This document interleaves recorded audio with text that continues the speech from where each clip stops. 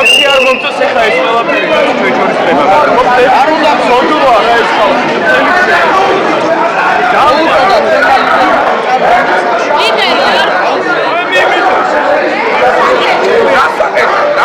ხალხი არა ხარ.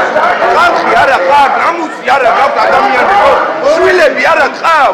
შემოუნა ხალხი. მეგობრებო, შვილები არა ხარ. მეგობრებო, ერთი ვაიმე რაღაც მოხდა. რაღაც მოხდა უნდა გადავიყო, გაგვატარეთ. გაგვატარ, უნდა გადავიყო. ჟურნალისტი ვარ,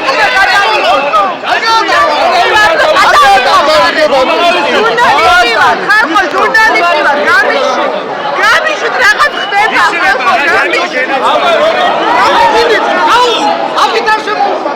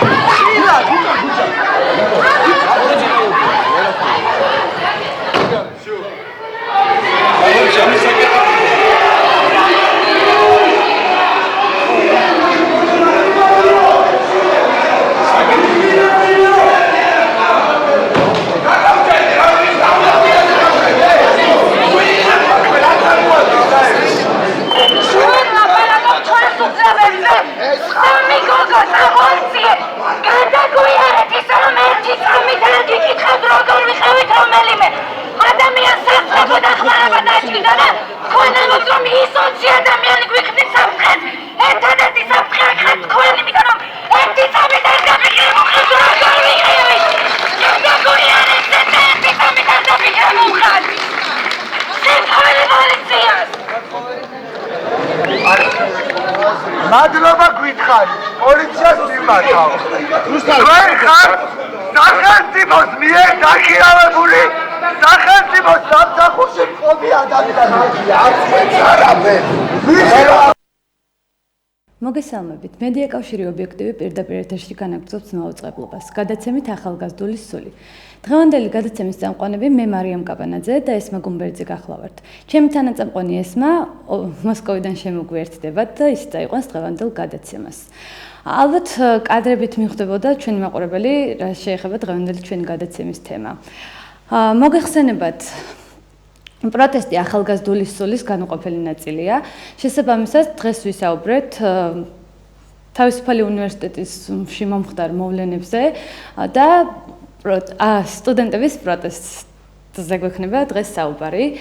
მოგესალმებით ჩვენ სტუმრებს. ჩვენი სტუმრები გახლავთ ბახვა კვირიკაშვილი, თბილისის სახელმწიფო უნივერსიტეტის მეოთხე კურსის უირდული ფაკულტეტის სტუდენტი და ასევე თვითმმართველობის თავმჯდომარე, თუ არ ვცდები, ხო სწორია. და ბატონი ირაკლი კუპრაშვილი, ასევე თბილისის სახელმწიფო უნივერსიტეტის მეოთხე კურსის იურიდიული ფაკულტეტის მეოთხე კურსის სტუდენტი, მოძრაობა აუდიტორია 115-ის აქტიური მონაწილე. მოგესალმებით ჩვენ სტუმრებს და დავიწყოთ გადაცემა ესმა. სამწუხაროდ ხმა წყდება. ალო, გესმით ხო ჩემი? მოგესალმებით. არის მის ესმა სამწუხაროდ ხმა და მოდი გადავალ შემოგვიერთდება ალბათ ესმა და მოდი გადავალ პირველი შეკითხვით, რით დაიწყო ეს ყველაფერი? ანუ რა ხდებოდა, რა პირველი ეტაპი არის მეშვეობითად დღევანდელ მდგომარეობამდე მივედით. შეგიძლიათ თქვენ დაიწყოთ ბატონო ბახვა. კი ბატონო. სამწუხაროდ დღევანდელ მდგომარეობამდე როდესაც მივიდა უნივერსიტეტი ეს უკვე ტრაგედია და მე მგონი ირაკლის დამეთანხმება ამ ყველაფერში უნივერსიტეტში პოლიცია თუ პიკეტირებული შენობა რომელიც ლამის უკვე ციხეს დაემსგავსა 2 დღის წინ მაგრამ დაიწყო ყველაფერი იმით რომ უნივერსიტეტში იყო კანცლერის არჩევნები ძველ კანცლერს უფლებამოსილების ვადა გავუვიდა და შედგა საკონკურსო პერიოდი კანცლერის არჩევნებიდან მოყოლებული უნივერსიტეტში უკვე იგრძნობოდა დაძაბული სიტუაცია პირველი იყო აკადემიურმა საბჭომ არჩია იოსებ არჩევაძის კანდიდატურა რომელზეც რა თქმა უნდა პროტესტი წამოვიდა სტუდენტებისგან და სხვადასხვა ლექტორებისგან ერთ-ერთი ლექტორი როგორც ეკონომიკის და ბიზნესის ფაკულტეტზე შიმშილობა და კიდეც ამ ფაქტთან დაკავშირებით მაგრამ შემდეგ როგორც ბატონი იოსების შვილმა Facebook-ით გვამსვლა ბატონი ვლადიმერის თხოვნით ბატონმა იოსებმა მოხსნა კანდიდატურა შემდგომ აკადემიური საბჭოს წინაშე დადგა საკითხი გამოეცხადებინათ ახალი კონკურსი თუ არსებული კანდიდატებიდან აირჩიათ კონკრეტული პირი რომელიც წარედგინებოდა სცენას და თავისი დისკრეციის ფარგლებში დისკრეციული უფლებამოსილება გამოიყენა აკადემიურმა საბჭომ და აირჩიეს ბატონი გიორგი გაფრინდაშვილის კანდიდატურა რომელსაც უკვე სტუდენტთა სხვა ჯგუფისგან მოყვა კონკრეტული პროტესტი მისი წარსული ქმედებების თუ სხვადასხვა მიზეზებიდან გამომდინარე სამწუხაროდ საკონკურსო პერიოდში შეხვედრების დროს, როდესაც ყველა კანდიდატთან იმართებოდა შეხვედრა და ერთ-ერთი შეხვედრის საჯარო დებატების ორგანიზატორი ირაკლი და მისი მეგობრები იყვნენ, მივესალმები, რა თქმა უნდა, ეგეთ საჯარო დებატებს, იმიტომ რომ ყველანაირი პროცესი რაც უნივერსიტეტში მიმდინარეობს, უნდა იყოს, რა თქმა უნდა, ღია, გამჭვირვალე, თუმცა ჩემის მხრიდან კითხვები წამოვიდა, რატომ?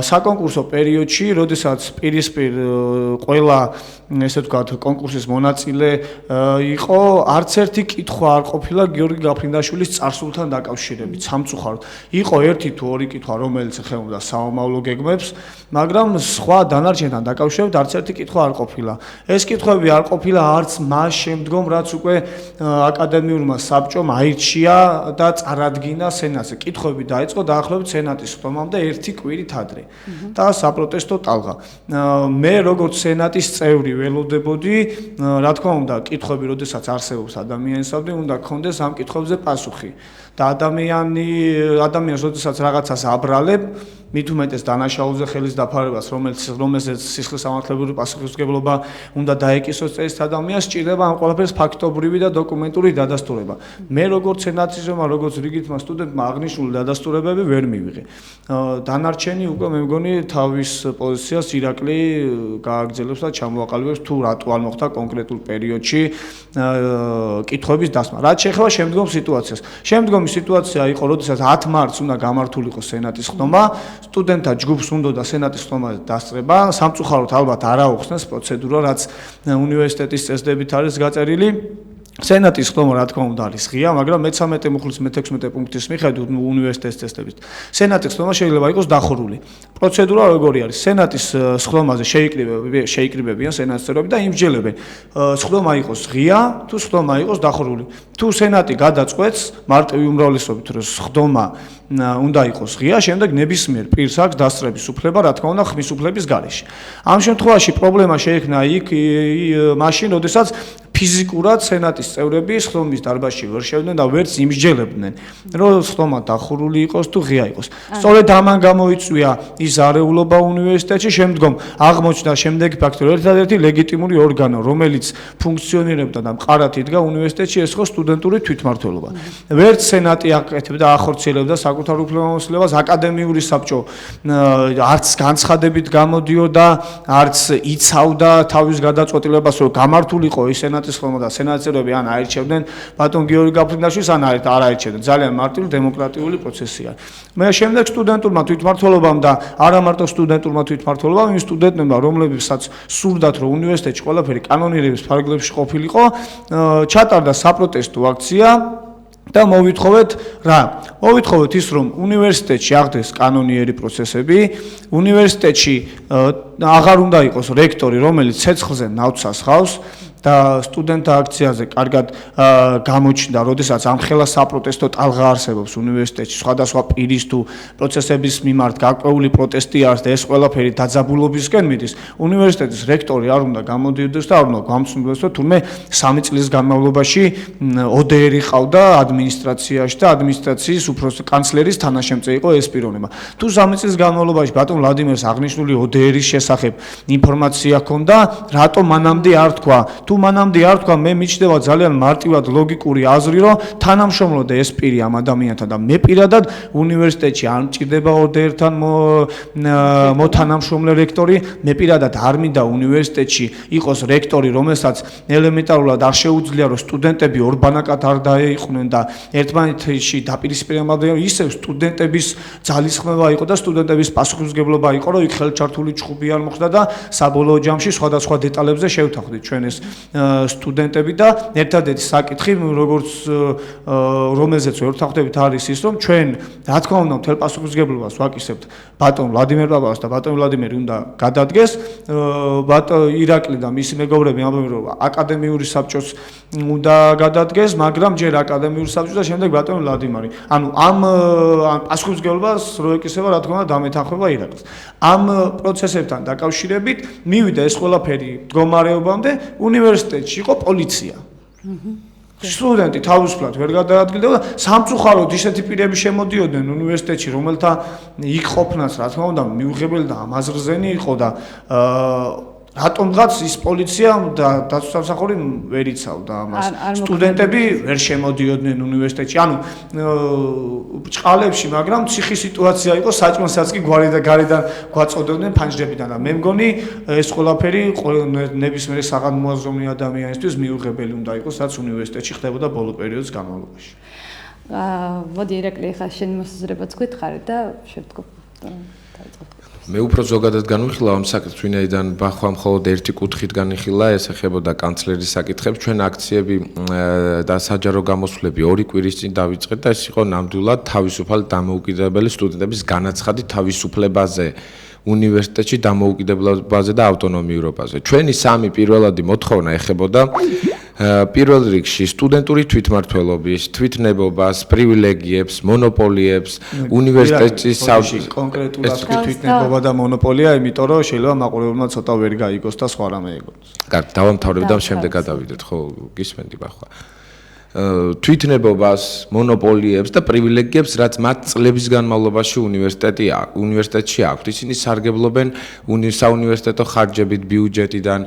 მათ აქვთ პრივილეგია, რომ სხვა უნივერსიტეტის სხვა სტუდენტს, რომლებიც წარადგენენ სხვა პროექტ დასაფინანსებლად, დაადონ რეზოლუცია, დაბლოკონან, არ დაბლოკონ. შესაბამისად, ძალიან ხშირ შემთხვევაში ისინი ბლოკავენ ამ პროექტებს, რადგან მათ უნდათ, რომ ეს ყველაფერი თავის ხელში გადიოდეს, ეს ფინანსები მათ ეს ძალიან დიდი პრობლემაა უნივერსიტეტში, კლანური მმართველობის პრობლემაა უნივერსიტეტში. მეორე რაც ეხებოდა ის იყო კანცლერის საკითხი. კანცლერობის კანდიდატი მიუღებელი იყო სტუდენტების ძალიან დიდი ნაწილისთვის, აკადემიური საბჭოს ნაწილისთვისაც და სენატში მყოფი 2 სტუდენტისა და პროფესორების ნაწილისთვის და ეს ყველაფერი ჩვენ ღიად დავაფიქსირებთ მას შემდეგ, რაც აკადემიურმა საბჭომ ის წარადგინა კანდიდატად იმ საღამოსვე ჩემს გვერდზე,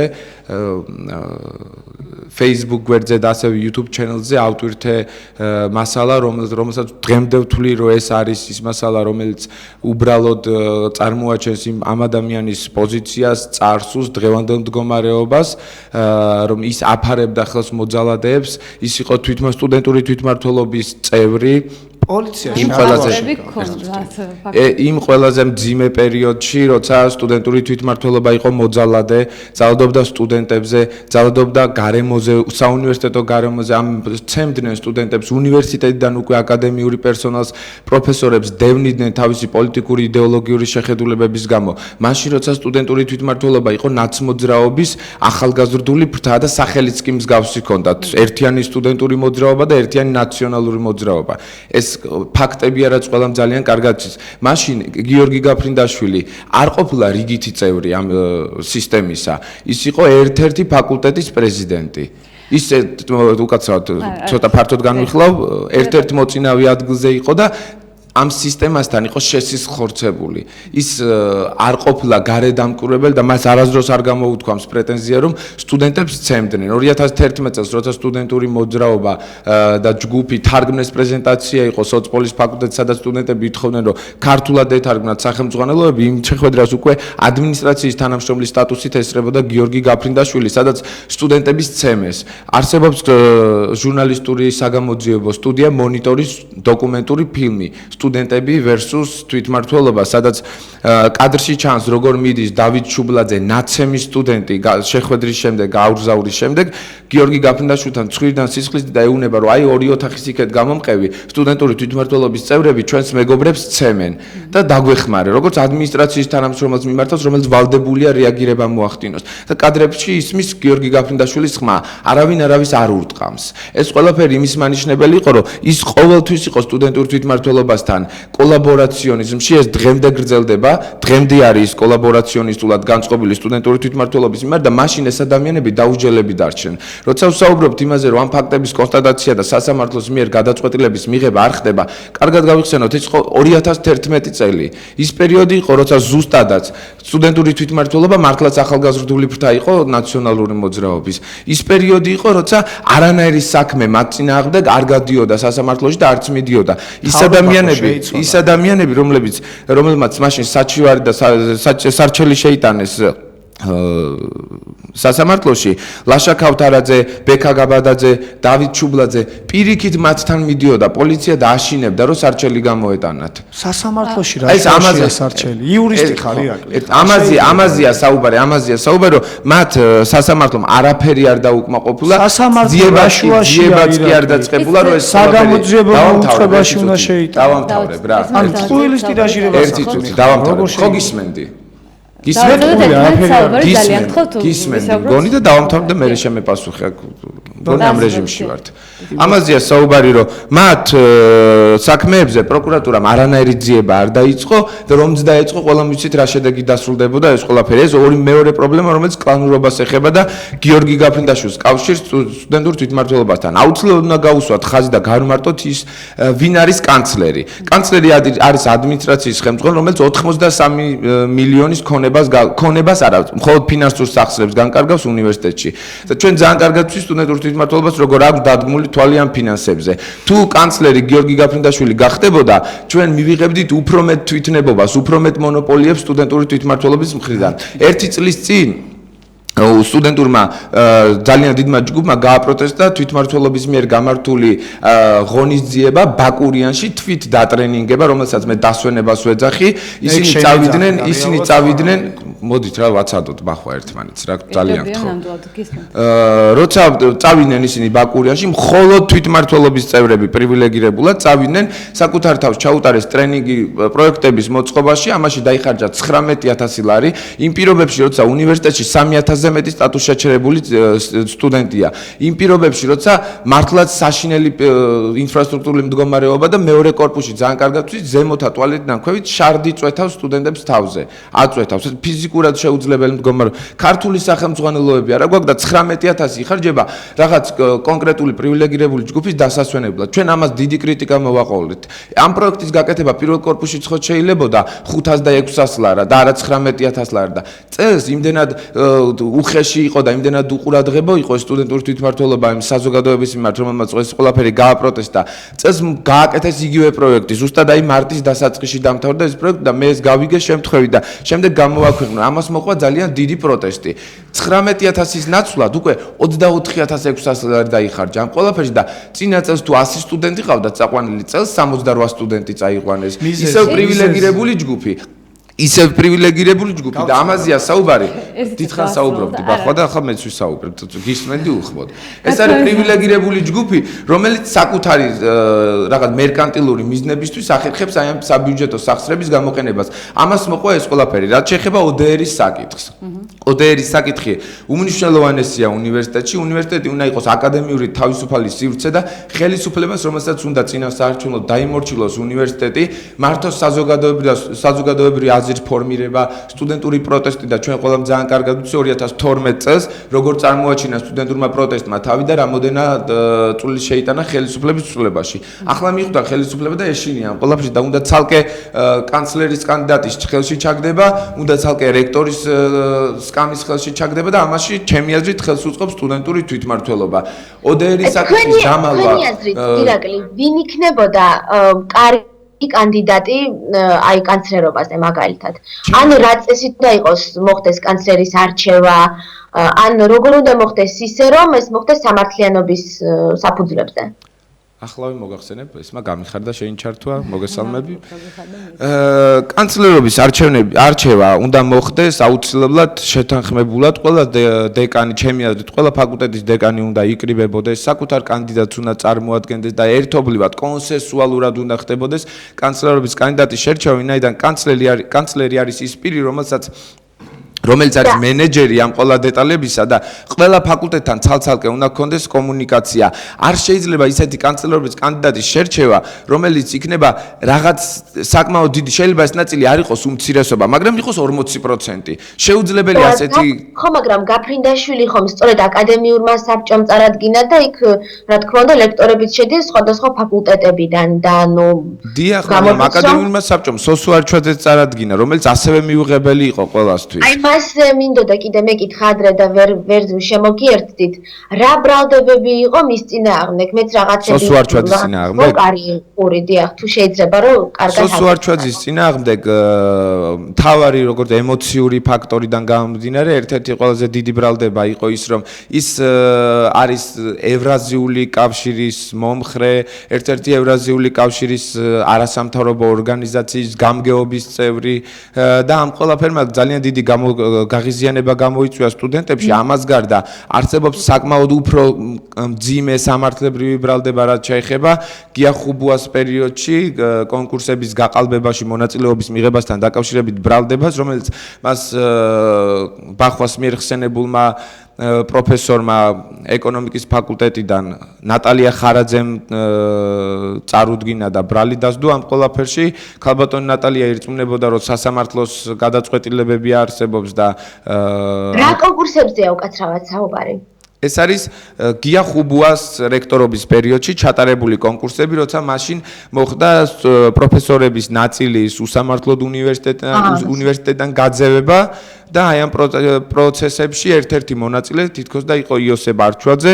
ჩვენ ამის დამადასტურებელი ფაქტები არ გვინახავს სამწუხაროდ, თუმცა ჩვენი ჯგუფის წევრები, რომლებიც ნატალია ხარაძეს მხარს უჭერდნენ შიმშილობის პერიოდში, ღიად გამოვხატავთ, რომ სოსუ არჩვაძე უნდა გადამდგარიყო და ნატალია ხარაძესთვის უნდა მოესმინა როგორც აკადემიურ საბჭოს, ასევე სენატს, რაც არ გაკეთებულა იმ პერიოდში.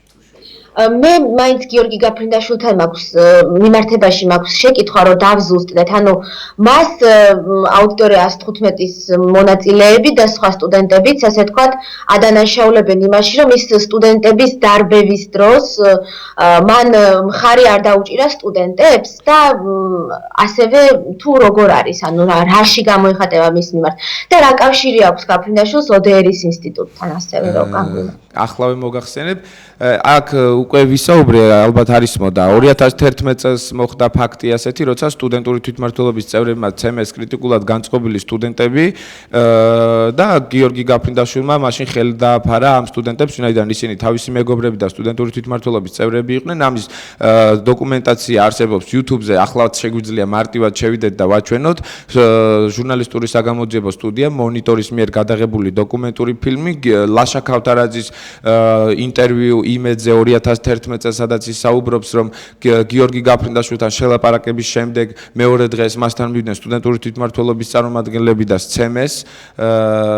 კიდევ არსებობს მაგალითად რამდენიმე დღის წინ უნივერსიტეტის გაზეთის რედაქტორმა ნინო კაკულიამ განაცხადა, რომ გიორგი გაფრინდაშვილი წინა რექტორის პირობებში იყო ცენზორი გაზეთისა და ის მის გარეშე გიორგი გაფრინდაშვილის შემოწმების გარეშე ნინო კაკულია გაზეთებს ვერ უშვებდა, ესეთი ბრალდება გაისმას მისი მხრიდან და თქვა, რომ გიორგი გაფრინდაშვილმა რამდენჯერმე ამოაღებინა სხვადასხვა სტატია. ანუ ეს არის მიზანმიმართული ძალიან ცუდი შეხება. ზარია, მაყურებლის ზარია და ეთერში რა შემოვიყვანოთ. მოგესალმებით, გისმენთ თქვენ პირდაპირ ეთერში ძანდებით. ალო. დიახ, გისმენთ. გამარჯობათ. გამარჯობათ. შეკითხვა მაქვს. ლევან მორთქიფანიძე სტუდენტი რო არის. რატო თავხედობს ესე კითხეთ რა? თქვენ უნდა მაგ სტუდენტები უნდა იყვნენ სააკაშვილის დროს და მიიღებდნენ კარგად. ანუ თქვენ რას ამბობთ, სააკაშვილის დროს გვარბებდნენ სტუდენტებს, ცემდნენ, ძალადობდნენ, ეს კარგი იყო? და თქვენ ამბობთ, რომ კრიტიკა და პროტესტი ეს მიუღებელია? თქვენ ხო იცით, რომ სტუდენტების მიერ მამოძრავებელი ძალაცვლის დღევანდელ საზოგადოებას და არა დამყაყებული ადამიანები, რომლებიც ხმას ვერ იღებენ ვერაფერზე. თქვენ ამას ძალიან კარგად უნდა იაზრებდეთ ჩემი აზრით. კაი. მე ბახვასთან მაქვს ერთი შეკითხვა, აი გაისმა ბაკურიანთან დაკავშირებით და მას ვიცი უნდა და რაღაც გამარტების გაკეთება. ანუ გთხოვთ აი აგვიხსნათ რა ხდება აი ამ ბაკურიანის ტრენინგებზე და ასე შემდეგ. რამდენად და საერთოდ როგორ მოიპოვებს თვითმმართველობა ფინანსებს? აქვს თუ არა მას ფიქსირებული ბიუჯეტი თუ როგორ ხდება ზოგადად ფინანსების მოპოვება? აუხსნათ მაშინ ყველა დეტალი, რომელიც სტუდენტური თვითმმართველობის იდეაში მონოპოლიასთან არის დაკავშირებული უნივერსიტეტის ფინანსებთან და წვდომასთან. ჯერ გასაოცარია ის ფაქტი სტუდენტურ თვითმმართველობას თუ იმ ხელა ძალა აქვს, რომ მთელი მონოპოლიის დამყარება შეუძლია, ჯერ კანცლერი თავისი გაიყვანოს, ეხლა თავისი რექტორის მოყვანა უნდა, რა ვიცი, ეგეთი ძალა თუ გვაქვს, მე მგონი ისე უნივერსიტეტისთვის არის ცუდი და არ შეიძლება ეგ ყველაფერი, იმიტომ რომ ერთი ძალის ხელში მონოპოლირება არ უნდა ხდებოდეს ყველანაირი ბერკეტის. ეხლა აღვხნათ სიტუაცია, როგორ იპოვებს ხოლმე სტუდენტური თვითმმართველობა უნივერსიტეტში დაფინანსებას. სტუდენტური უნივერსიტეტის ბიუჯეტში ირაკლის კარგად მოიხსენება, იმიტომ რომ სენატის წევრია და ჩვენ ვამტკიცებთ ხოლმე ბიუჯეტს, გამოყოფილი არის სტუდენტური ღონისძიებისთვის ხარჯები. სტუდენტური ღონისძიებისთვის გამოყოფილი ხარჯები, რომელთანაც წვდომა აქვს ნებისმიერ სტუდენტს. და როგორ? ნებისმიერ სტუდენტს თუ სტუდენტთა ჯგუფს შეუძლია დაწეროს პროექტი, შეიტანოს კანცელარიაში და ამის შემდგომ უკვე კანცელარია და მისი ხელმძღვანელი კანცლერი გადაწყვეტს, რომ დააფინანსოს კონკრეტული პროექტი თუ არ დააფინანსოს. ერთი წამი მან დაც რეზოლუციამდე წვივალ ირაკლი, ნუ გეშინია. არა, არ წყვეტ ჯერ, თავარს ტოვებ, რომ თქვენ ისტიპოვებთ უფლებას, რომ მაშინ შემბრალდებასაც უპასუხებ, რომ თურმე პროექტებს ბლოკავთ. მეხუთე მოწვევის სტუდენტურ თვითმმართველობას, რომელსაც აქვს წარმომადგენლობითი ორგანო არის სტუდენტებს და აქვს უფლებამოსილება ეგ რეზოლუცია დაარტყას თუ არ დაარტყას, მაგრამ მეხუთე მოწვევის სტუდენტურ თვითმმართველობას ერთი პროექტის გარდა არც ერთ პროექტზე რეზოლუციის დარტყმაზე უარი არ აქვს. და აუხსნათ რა იყო ეს ერთი პროტესტი. მაყურებელს თუ შეიძლება რას ნიშნავს რეზოლუციის დარტყმა და სხვა პროექტების ეს არის მარტივი პროცედურა, როდესაც სტუდენტს შემოაქვს პროექტი, ხელს აწეს სტუდენტური თვითმმართველობის პრეზიდენტი და მიდის შეულებრივად ადმინისტრაციაში. არა გეთანხმებით, რომ შეიძლება ზედმეტად ბიუროკრატია იყოს, მაგრამ ანუ ყველა სტუდენტური პროექტი უნდა იქნეს ხელმოწერით თვითმმართველობის თავმჯდომარის მიერ? დიახ, პრეზიდენტში გადის. ერთგვარი ფილტრია, მოწონება არ მოწონებასთან დაკავშირებით. ეხლა თუ შეიძლება, მე მგონი ხომ მითხარი რომ აცადევთ, ეხლა მე მაცადე.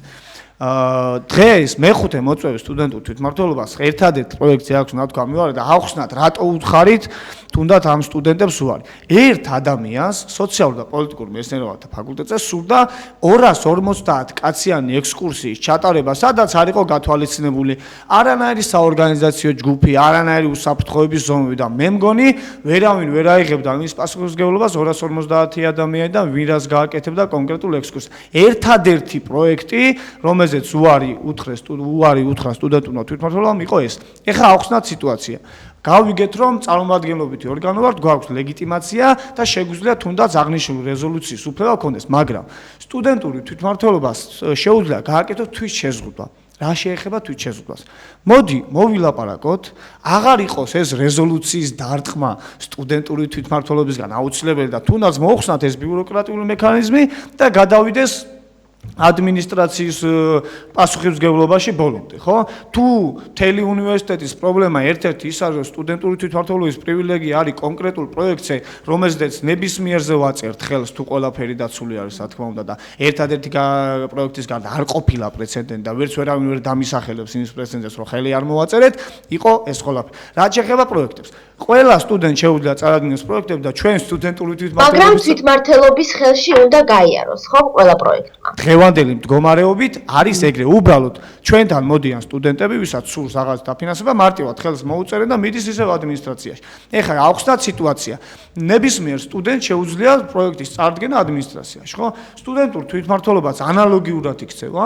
სემესტრის დასაწყისში ჩამოვწერთ პროექტებს, გავწერთ გეგმას, რა გვინდა, როგორ გვინდა, შემდეგ წარვადგენთ ადმინისტრაციაში, ძალიან ბევრი პროექტი არსებობს, რომელზეც ადმინისტრაცია საერთოდ არ გვაფინანსებს, ძალიან ბევრი პროექტი არსებობს, რომელზეც ადმინისტრაცია კონკრეტულად გაწერილ თანხაზე გვაკლებს, ასე შემდეგ. ამ ყველაფერში პრივილეგია არაფერი არ არის. ეხლა ავხსნათ ირაკლის სხვადასხვა მოსაზრებებზე ჩემი შეხედულება. გავიგეთ რომ 2011 წელს ის მანკიერი პრაქტიკა არსებობდა და რა თქმა უნდა ვემიჯინებით ამ ყველაფერს ჩემი და ჩემი თანამოაზრეები რომ 2011 წლის სტუდენტაცემები იყო მანკიერი პრაქტიკა, მაგრამ თუ 2011 წელს სტუდენტურ თვითმმართველობას ყავდა ლობი ნაციონალური მოძრაობის სახით და იყო მისი ახალგაზრდული მთავარი. ირაკლი იურისტი არის და კარგად უნდა მოიხსენებოდეს რომ 2012 წელს როდესაც მოდის ახალი ხელისუფლება იმ დანაშაულს ხანდაზმულობის ვადა არ გასულია. კაი, დღესაც პროკურატურაშია. სად არის? მე რატო არ იღებთ? რატო არ იღებთ ხმას ხალხო? მე ეგ მიგვირს. შენ ამბობ რომ ნინო კაკულიას თურმე გიორგი გაფრინდაშვილი არ აქვეყნებინებდა სტატიებს, ხო?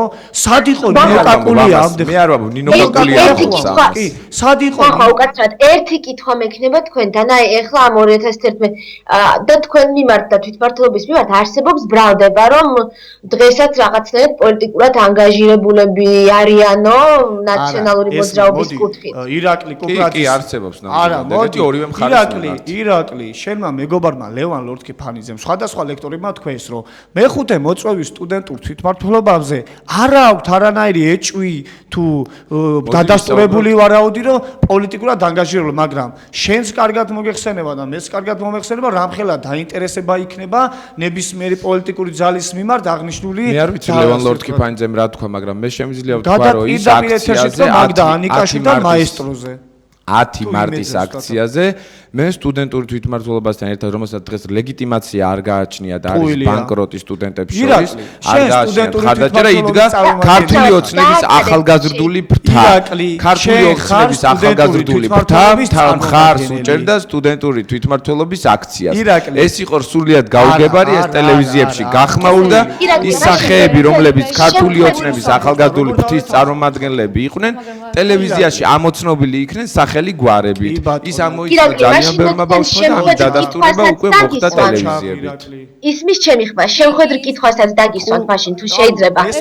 არსებობს საუბრები, რომ აუდიტორია 115-ის გამოყენებად შეუძლიათ და იყენებენო ვიღაც პოლიტიკური ძალებიო და ნუ მრავალმხრივი ბრალდება იყო ესმა იყო საუბარი ნინო ბურჯანაძეზე იყო ევრაზიულ კავშირზე იყო ნაციონალურ მოძრაობაზე და ქართულ ოცნებაზე რომელია ჩვენ შორის ახლა ჩვენი მმართველი ეგ აღარ ვიცით უკვე ეგ არ ვიცით უკვე ბევრი იყო ძალიან ასეთი ბრალდება და ჯერ ვერ გავარჩიეთ კონკრეტულად რომელი იყო ევრაზიული კავშირის მოწვეული ნიკოლოზ მეტრეველი ნიკოლოზ მეტრეველი ჩვენი ჯგუფის წევრი არ არის როგორ არ არის ახლა ყველა აქციაზე თქვენთან ერთად იყო და როცა ამოტივდიდა ნიკოლოზ მეტრეველის კონკრეტული ქმედებები გაიმიჯნეთ მთელი აქცია შეუძლია ყველას მოსვლა, მაგრამ ეს არ ნიშნავს იმას, რომ ჯგუფს არ მოადგენს. რომ თურმე ქართული ოცნების ახალგაზრდული ფრთის კონკრეტული წარმომადგენელი რომლის სახელდაგვარები ნამდვილად არ მხოლოდ კონკრეტული წარმომადგენელი, მთელი ჯგუფი, ძალიან დიდი ჯგუფი იყვნენ თქვენთან და ქართული ოცნება იჭერთ მხარს.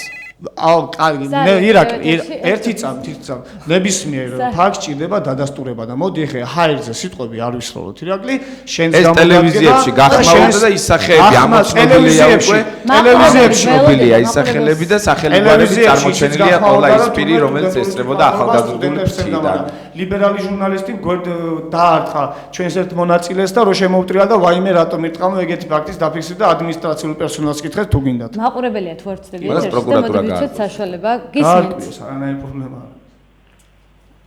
გისმენთ არაო გამარჯობათ გამარჯობათ მოგესალმებით ყველას მე როგორც უნივერსიტეტის თანამშრომელი შეხვედრი კითხო რომ არ ბატონო გისმენთ კი რა თქმა უნდა ეს უნივერსიტეტის სტუდენტთა თვითმმართველობა უნდა გაუქმდეს.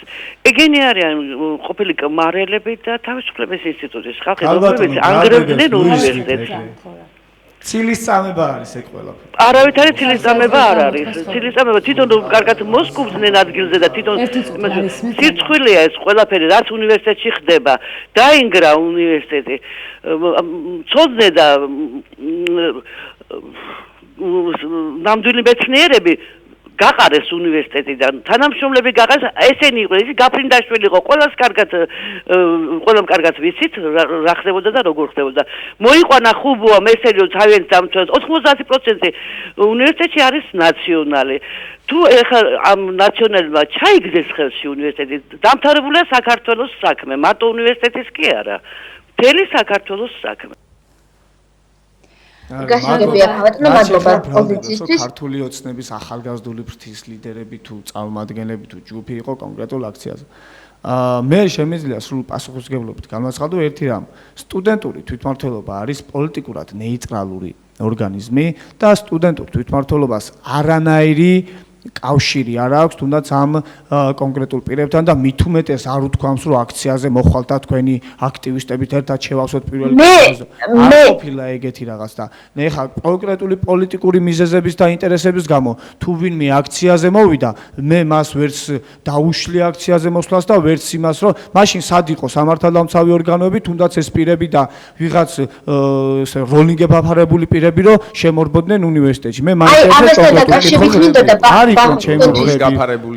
ირაკლი ხა ტყუილი ბრალდებები არ გინდა კადრები ეს ტყუილი ბრალდება არ არის კადრები არის ყველაფერი გახართ და როგორ ამაგრებთ კორდონს კი ვამაგრებთ კორდონს ადამიანებით რომლებიც სახეს მალავდნენ და სახე დასამალი ადამიანს როცა აქვს ის არის უკვე ეჭვის მომცემი და ის არის მაგრამ მოდი იმ ადამიანს დაუსვი კონკრეტული კითხვა და ჩემს მიმართ მოგექნება კონკრეტული ბრალდება შენგან ეს ყველაფერი არის უკვე ჭორაობა ირაკლი და მოდი ჭორაობა აი თქვენ როგორც თვითმმართველობის აქტივისტმა თავმჯდომარემ იურიდიული ფაკულტეტისამ და თქვენმა თვითმმართველობის სხვა წევრებმა როცა შენიშნეთ თუნდაც ეს ნიღბიანი ადამიანები თქვენ რამე მცდელობა გქონდათ დაუშვათ რომ ეს აღგეკვეთათ საერთოდ ვინ არიან ეს ადამიანები და თუ გაქვთ ინფორმაცია ვისი შემოყვანილები იყვნენ თუ ვინ შემოიყვანა თუ რატომ შემოვიდნენ გაგცემთ პასუხს კონკრეტული პირები, რომლებიც შენუშეთ უკვე რექტორის კაბინეტში შესulis შემდგომ ორი ადამიანი იყო, ერთი როგორც ვიცი, ავთანდილ კახნიაშვილი იყო, თუ არ ვწდები იდეაში მედიატორად მოგვევლინა ეგ ორივე სტუდენტ დაჭქვეს და საიდან მოვიდა ეს ადამიანი, არ ვიცი, მეორე იყო კიდე ერთ-ერთი პირი, როგორც კი შევნიშნეთ ეგ ადამიანები რექტორის კაბინეტში და აკადემიურ საბჭოს ოთახში და როცა მოვიდა ჩვენამდე ინფორმაცია, რა თქმა უნდა, გავაძევეთ ოთახიდან, იმიტომ რომ უნივერსიტეტში საკითხები არის გადასაწყვეტი სტუდენტებისა, რომლებიც არიან უნივერსიტეტის სტუდენტები და არა ვიღაც სხვა უნივერსიტეტის სტუდენტები თუ სხვა უნივერსიტეტების წარმომადგენლები. მე არ ვიცი ვინ იყვნენ ის ადამიანები, როგორც ირაკლი მითხრა, თურმე ადამიანებმა ამოიცნეს, რომ ქართული ოცნების ახალგაზრდული ფრთის წარმომადგენლები არიან. სამწუხაროდ სახეზე და სახელებით და გვარებით არც ქართული ოცნების აქტივისტები ვიცი და არც ნაციონალურ მოძრაობის და არც ერთი ახალგაზრდული ფრთის აქტივისტები არ ვიცი თუ კონკრეტული სურათი ან რაღაც ეგეთი არ ვნახე, რომ ასოციაცია მოვახდინეთ. ამიტომ ნებისმიერ ბრალდებას ეხა მე მგონი აქ იურისტები ვართ უმეტესობა, ხო? ადამიანს როდესაც რაღაცას აბრალებს უნდა დაუსაბუთო თორე ყველაფერი გადადის ჭორაობაში და ჭორაობა ხდება ბაზარში, ჭორაობა ხდება ბირჟაზე თუ სადღაც და არ შეიძლება საუნივერსიტეტო სივრცეში მოჭოჭრაობაზე აყოლილი ქმედება. უკაცრავად ბახვა რომ გაწყვეტინეთ, მე ირაკლის მინდა დაუსვა შემხვედრი კითხვა, სულ ვცდილობ ამ კითხვის დასმას, რომ ზოგიერთი ადამიანები მოძრაობა 100 აუდიტორია 115-საც ერთგვარად აბრალებენ პოლიტიკურ ანგაჟირებულობას, ან იმას, რომ ვიღაცის მიერ არის მართული, ან ვიღაცა სარგებლობს ამ მოძრაობით. თქვენი რომ გვითხრათ, ანუ ამ ადამიანებს რას უპასუხებდით, ვინც აი ამ ესეთი ეჭვით არის გამსჭვალული? ესმა კი გამოთქმულა უკვე ბრალდებები, კონკრეტულად გვიპასუხია ამ ბრალდებებს, თუმცა რომელი ერთზე გავაკეთო კომენტარი ვერ ხვდები, დაგვაბრალეს გვეუბნებიან რომ ვართ მართულები რამდენიმე მხრიდან, ეს არის ნინო ბურჯანაძე, ეს არის ქართული ოცნება, ნაციონალური მოძრაობა, ევრაზიული კავშირი, ვლადიმერ პაპავა და რაღაც ახალგაზრდული მოძრაობა, თურმე რაღაც ფაშისტების მოძრაობა, რაღაც სახელი აქვს თავისი. ჩვენთანაც იყო ბრალდება საფასუხო. ნეოფაშისტები ხავთო, სხვათა შორის ანა მარია ბრაგვაძე იყო ერთ-ერთ რადიოში ჩემთან ერთად და მან დამაბრალა პირადად მე რომ ნეოფაშისტების ნაწილი ნამდვილად იყვნენ და ამაზე მიუთითებს უნივერსიტეტის მიწისქვეშა გადასასვლელში პირველ და მეორე კორპუსს შორის დაკავშირებული, სადაც სვასტიკები დაამაგრეს, სვასტიკები დაახატეს, ზუსტად ეს ადამიანები იყვნენ ნიღბით რომ დარბოდნენ, სტუდენტური თვითმმართველობის მხარეს დარბოდნენ ეს ადამიანები და ამაზე კონკრეტული პასუხები არსებობს, ამაზე გაკეთდა რამდენიმე რეპორტაჟი, სადაც ერთად მხარ ჯაჭვში ჩამდგარი ეს ადამიანები ნეოფაშისტები და ჩვენ ვართ ქვეყნის ახლა თუ ჩემთან პარალელურად ილაპარაკებ, ჩემი ხმა ვერ გავიგონდა. მე შემიძლია ახლა პარალელურად შენ საუბრის დროს ვილაპარაკო და გადავფარდო ვიყაყანოთ ბატებივით და თუ გინდა ბატებივით ყაყანი მე არ ვარ ამაზე. ბატებივით არასდროს არ ვიყაყანო და შენ მე შემიძლია შენი საუბარი გადავფარო და პარალელურად ვილაპარაკო. ისევე როგორც შენ, ამიტომ გთხოვ ელემენტარულად რომ ვაცადოთ ერთმანეთს საუბარი. ცირე კომენტარი და თუ შეიძლება გააგზავნო. კარგი, მე იმიტომ შეიძლება ვერ ამყოს ირაკლი, ჩემი განხელული საუბარი არ არის ანარანაირად ტყუილი და რაც შეეხება ტყუილის ტირაჟირებაზე ვერასდროს ხმას ესე თქვა ჩუმად ვერ ვიქნები და მაგიტომაც გეპასუხები ხოლმე. და მოდი ვისაუბროთ რეალური ფაქტებით, დავადასტუროთ ჩვენი ყველა მოსაზრება და არც მე ჩაგეჭრები, არც არავინ და ნეოფაშისტი არც თვითმმართველობა იქნება, არც თქვენი მხარე იქნება. თუ დავასაბუთებთ, კი ბატონო, მაგრამ ვერ ვასაბუთებ. დასაბუთება ის, როცა ეს ადამიანები თქვენ გვერდით გახართ ერთი გვერდით ჯაჭვში ჩამდგარი და ცდილობთ რექტორის კაბინეტში შეჭრას.